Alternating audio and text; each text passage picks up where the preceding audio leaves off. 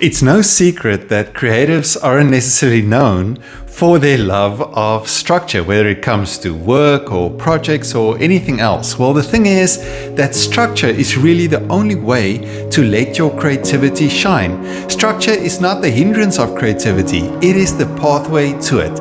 And if you've ever wondered about what kind of role structure plays in how your creativity reaches its full potential, then this video is for you. Hi, I'm Maynard and I design learning experiences for people that make things. So whether you want to find your voice or grow in your creative confidence or just do a really impactful work or build a meaningful career, then follow along, come and find me and let's have this conversation together. So when it comes to structure in your creative work, there really is some really downsides with just going with the flow. The first downside is that you cannot really predict your outcomes. Everything you do with your work becomes a playing game. It's like a lottery. Everything is inconsistent. There's no predictability in how your projects are going to play out. Secondly, it's very easy to lose your way halfway through. If you don't have some kind of roadmap or framework to show you the way, you can lose direction as quickly as that. This thing is a really important one, that if you don't have a specific boundary in place to say that this is where my project starts and this is where my project ends, scope creep becomes a very real reality. And before you know it, your project balloons way above what you've ever had in mind. A really important one with just going with the flow, with having no structure in place, that at the end of the day, as a result of lost direction, scope creep, and just a myriad of other negative things, you start to miss deadlines.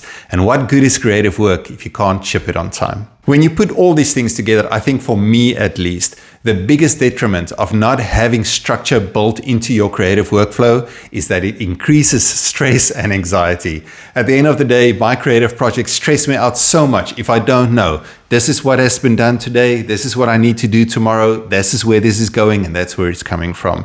So to just bring stress levels down and give you the opportunity to create in a stress and anxiety-free environment, create structure for your work. So if those are some of the things that can go wrong when you don't have structure, what are some of the benefits? Why is it necessary for us to adopt structure into our creative work? Well, the first one is it really helps us with focus. It helps us to understand what is the thing that we need to accomplish and how. It helps us work more efficiently, not just effective in reaching the goal, but also to get there in the fastest and the cheapest and the easiest way. Structure helps us to collaborate effectively. When you're just working by yourself and you are the master of your own universe, then yes, work by yourself in any way you want to. But if you're going to do work with other people, you're going to need some kind of framework to invite them into the process. At some point in time, you're going to want to measure your progress, and structure helps with that as well, to make sure you know, well, this is how far I've come and this is how far I still need to go. If you're a creative that works with clients,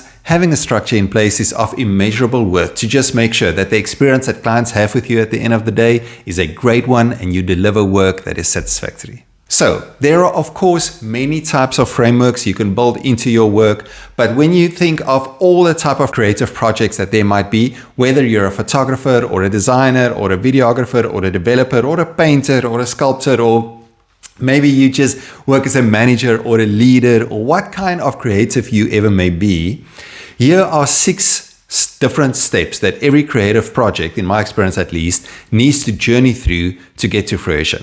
The first one is you need to understand the problem. Then you need to craft some kind of strategy. Then you need to create the content. Next up is designing the solution, making the things that actually makes the difference. And then lastly, just implementing the plan and rolling out your work out into the world.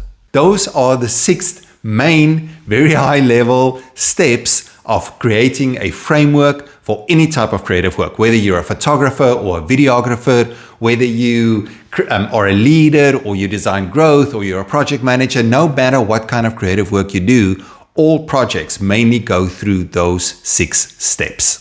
So let's tackle the first one, understanding the problem.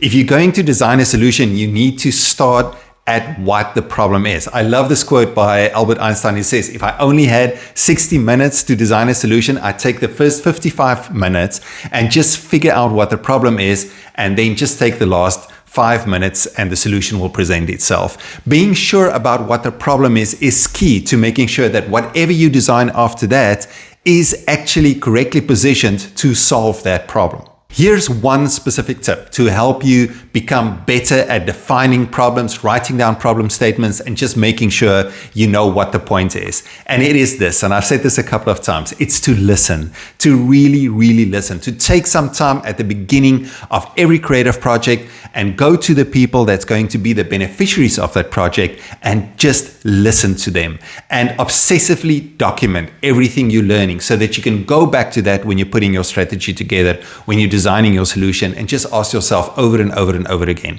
is this solution solving that problem?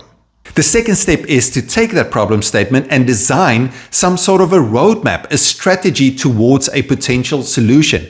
A strategy is key because before we just dive in and start making things, a strategy will help us understand what happens step by step by step. What are some of the dependencies so that we don't go on and making things and 3-4 weeks down the line, we realize we've built something that really doesn't solve this problem. We need to go back a couple of steps. Having a strategy in place helps us understand how is this project going to play out, what do we need to make first, what are the priorities, and what are all the different granular steps on the way from here to there. I think two things that is really important when it comes to strategy is to understand priorities and dependencies, to see how that map is going to play out, to know that we first need to go here, then we need to go there, then we need to make this, then we need to get that in place. So you need to be really good at drawing a roadmap for the project. And then the second thing when it comes to strategy is to be super adaptable. I love this quote that says by some kind of military strategist, I'm not sure who said that no plan survives contact with the enemy. I'm also reminded of, I think it was Mike Tyson that said, and I'm not going to do my best Mike Tyson impression, but he said something along the lines of, everybody's got a plan until they get punched in the face. And that is exactly the same with strategy. You need to be super adaptable and flexible because everything changes in the blink of an eye. Following up on strategy, you need to sit down and write out the content of this project that you're working on. So sometimes a project doesn't need content, but in most of the projects I work on, and in many of the projects that I've worked on with other creatives, at some point you need to just sit down and write it out. Whether it's the story of that project, if you're working on a brand, it is the messaging of that brand. If you're photographing a wedding, it's just the content of what that project is going to be about and how it's potentially going to play out. But now that you understand the roadmap, you need to sit down and just write it out and make sure that whatever you're writing is understandable and simple and easy enough for you to know where the strategy is going, but also to share that with clients and colleagues and other collaborators and make sure they can see what's inside your head. One other quote that has always inspired me throughout all my work is Steve Jobs when he said that design is not necessarily what makes it pretty. Design is what makes it work. And the next step is all about that, and that is designing the solution. Once you've understand the problem, you can see how the roadmap is going to go. You've written it out in words for yourself. Now is the time to figure out how the solution is going to look and just design how all the different parts are going to fit together. And design has nothing to do with colors. It has nothing to do with fonts. It has nothing to do with pictures and photographs and all those kinds of things. Design has to do with the intentional structuring and putting together, aligning of any type of solution or product or tool to solve a specific problem. And remember, we talked about the problem at the beginning. And that is what needs to happen now. It is not the final product. It is just the picture of how that product or service or solution is going to look like. So no matter what kind of creative work you do, at some point you need to sit down either in front of your screen or with a pen and pencil and paper and just design, how is this thing going to look? Maybe if you work in people or you're a leader or a manager, that design might be a diagram. It might be some kind of framework, but you need to sit down and there is a design process that needs to happen. Step 5 is literally where most of us, if you're technically good and you love making things, where we dive in often very prematurely. And that is actually now making the thing, whether it's producing, whether it's developing, whether it's executing. But when you finish with the strategy, you've written out your content, you've designed how everything is going to look. Now you need to sit down and make the thing. So whether it is with pottery or with art or a painter, now you need to take your brushes, you need to go and sit in front of your computer. You need to become really adept at putting all your technical talents to work and making what you were trained to do in the first place. Here is a couple of tips when it comes to making and producing the things that actually make the difference out there in the world. The first one is you need to be great at collaboration. At some point in time, you're going to collaborate with other people. You need to invite them into the process, and you need to be excellent at connecting with people, at communicating different points in the project, and just putting that whole collaboration process together. Then other thing is you need to be super obsessive about quality. None of the things actually make the difference we want them to make in the world if they aren't perfect. And by perfect, I mean not without fault. It's just the best that you can do with what you have available at any given point. Lastly, what is any product or service if it's not reaching its intended audience? Being great at distribution, understanding how to ship your product and roll out this whole plan or strategy out to where it's supposed to be, that is the final step. Step number 6 for every creative project.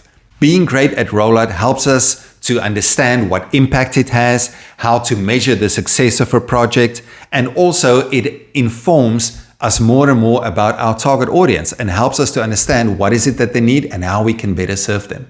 Well, that is that. It's a 6-step process for pretty much any creative project, and I've used it to great success in some of my own work. Just remember that structure and framework is not the enemy of any creative work. In fact, I think part of the core definition of creativity is work that happens within specific boundaries or structures. If we all just had an empty canvas with no restrictions to work with, that wouldn't be design, would it? It would just be art. It would be unadulterated self-expression. But if you're working with clients, if you're a creative pro, quite often you do work within restrictions and boundaries, whether it's to do with money or specifications or time, and understanding structure and knowing how a creative framework can help you just do incredible work is super helpful.